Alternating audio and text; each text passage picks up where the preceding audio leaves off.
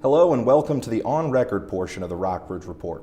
I'm Micah Fleet, and my guest today is the Superintendent of Rockbridge County Schools, Mr. John Reynolds. Mr. Reynolds, how are you doing today? I'm very well, Micah. Thank you very much for having me. Well, we appreciate you coming out, and let's go ahead and jump right in. Sure. You know, you've served as superintendent now for 6 years. Could you talk a little bit about how you ended up in that role?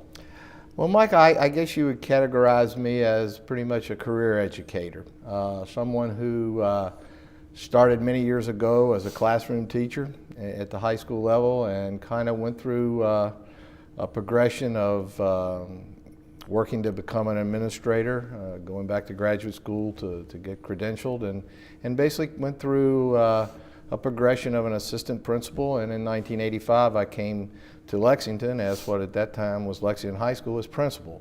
And then from there I've gone from principal to an assistant superintendent on one occasion for finance, and then a stint at Rockbridge County High School as the first principal when we consolidated high schools in this county.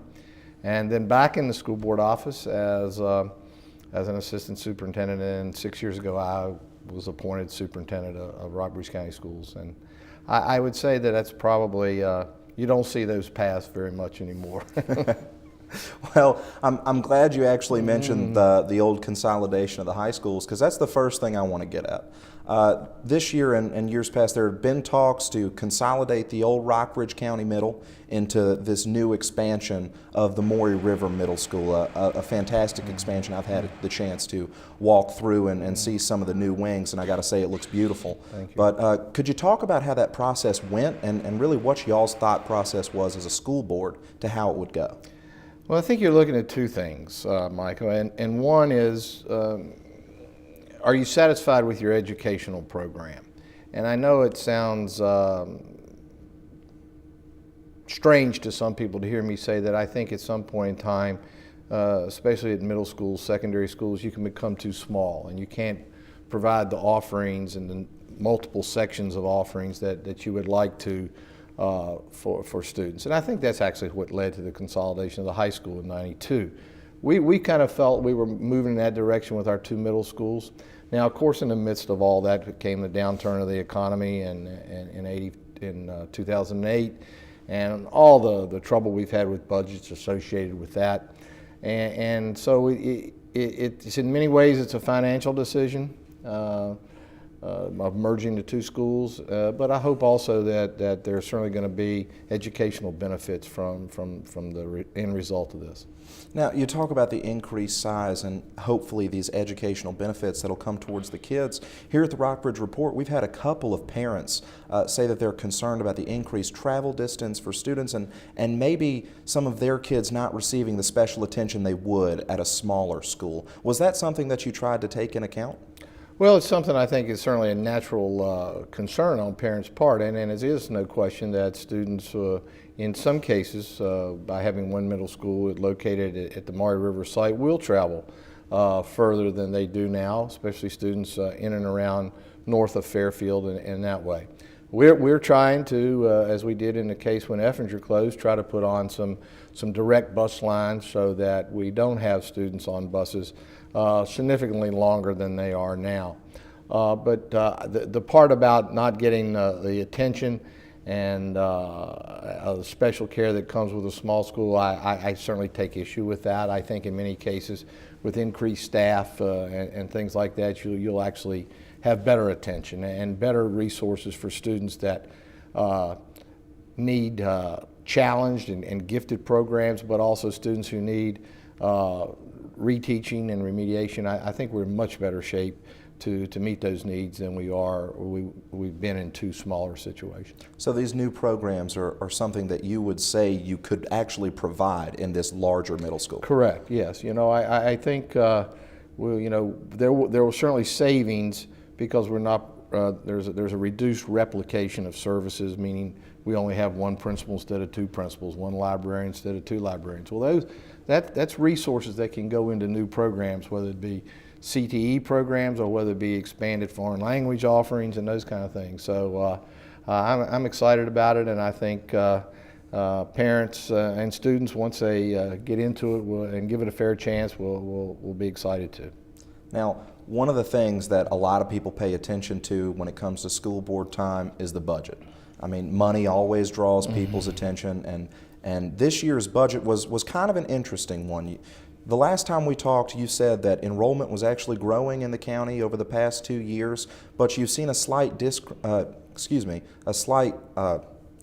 decrease in funding from the state side of things. Yeah. Could you talk about how y'all handled that as a school board? Well, again, I think we handle it in a variety of ways. Obviously, an extreme or a bold move would be to close schools, and as we've done.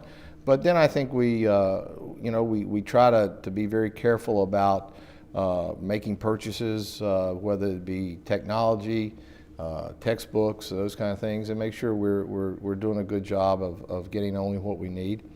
Each time we have an opening, a position, whether it be a support staff or a professional position, we look long and hard and ask the question, do we have to replace this person or this position? And in some cases we say no, but it's to approach lack of revenue or shortfall revenue, it takes a kind of a multifaceted approach. Now, what were some of the things that you actually wanted to accomplish with this school budget? Well, first and foremost, we want to maintain what we think is one of the strengths of our program, and that is a pupil-teacher ratio. We're across the division, we're around 17-1. We want to keep that. We want to keep that there. We also want to continue to compensate our employees. It's a tough environment, and they certainly deserve that too. Mm-hmm. Now, one of the things that has changed over the past couple of years has been security in schools. I had the opportunity to work on a story earlier in the term where I went out and I talked to the Rockbridge County resource officer, and there was only one of which for all of your schools. Now, how is Rockbridge County handling the increased demand in security for schools following these shootings at places like Newtown? Yeah, it's certainly probably one of the biggest changes I've seen in my time in education that now spans almost 38 years, 37 years. It's really not, it's a whole new thing to us.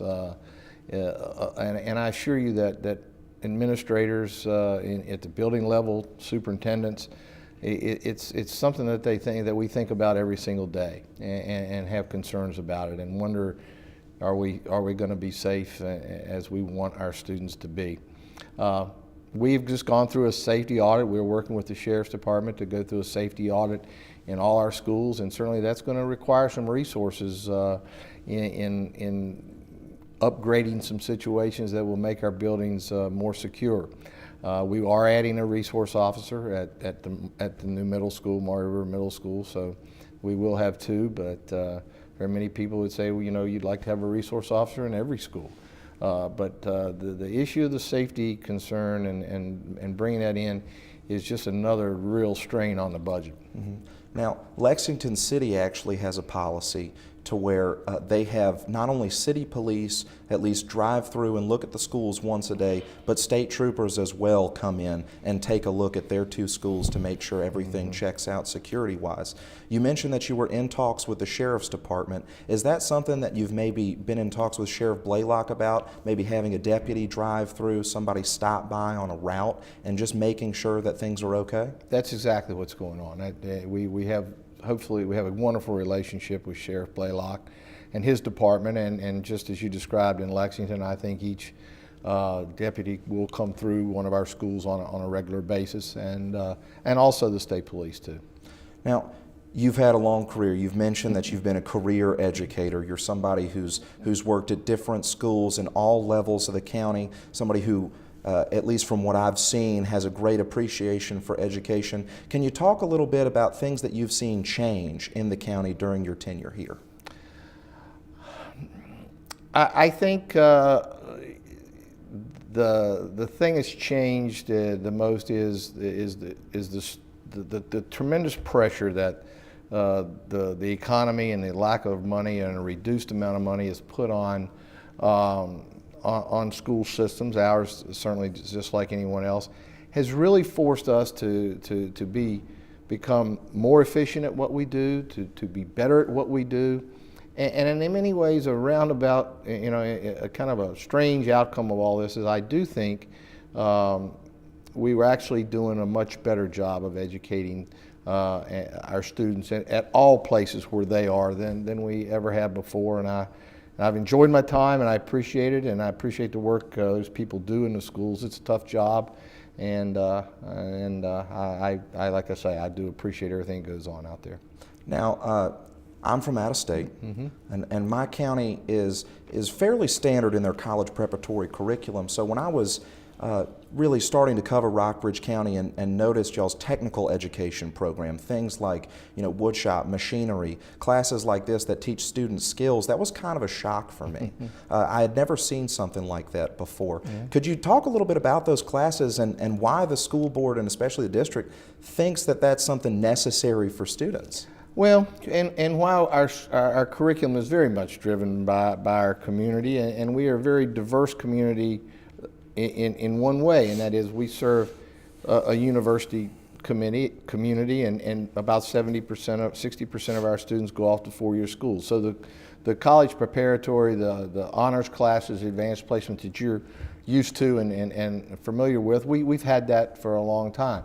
But 40% of our graduates who are our products go to the workplace, and you know, as the 21st century workplace has changed compared to what it was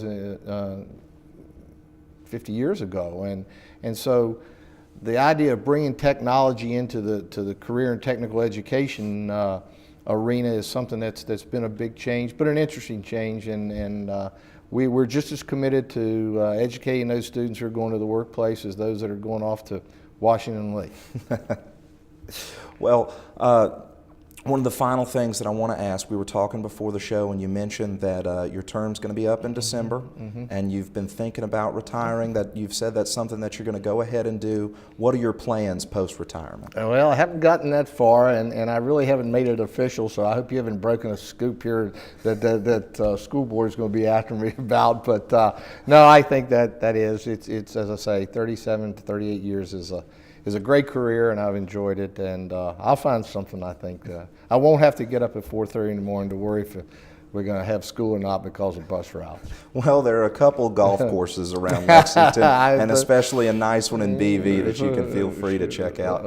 I always love to end an interview and really give a guest something fun to talk about. And another thing that you had mentioned is that you are a sports fan. We were talking a little shop before we sat down here, and the Final Four, okay? You have number 1 Louisville going against a number 8 seed Wichita State, and then you have a number 4 seed Syracuse facing off against another number 4 Michigan. Okay. All right? I got to know your Final Four picks, who's going to the national championship, and who's going to be sitting atop college basketball's throne come the end of the year. Well, I'm going to tell you who I'm going to pull for. I'm going to pull for Wichita State because I think their coach is actually went to school at Randolph-Macon. Is a Roanoke native, and so I like that tie right there. And I guess my next is I'm going to be pulling for Michigan. Okay. Well, we have Wichita State and we have Michigan in the final. Can I get you to call the national champion here? We're going to say Michigan. Oh, a fan of the old maize and blue. Well, I don't know about that, but I got some friends that are, so how's that? Okay. Nothing wrong with going for a friends team. It's always something enjoyable. Well, Mr. Reynolds, thank you very much for stopping by. It's been a joy and a pleasure to have you in the studio, and it's been a lot of fun. My pleasure, too. Thank you, Michael.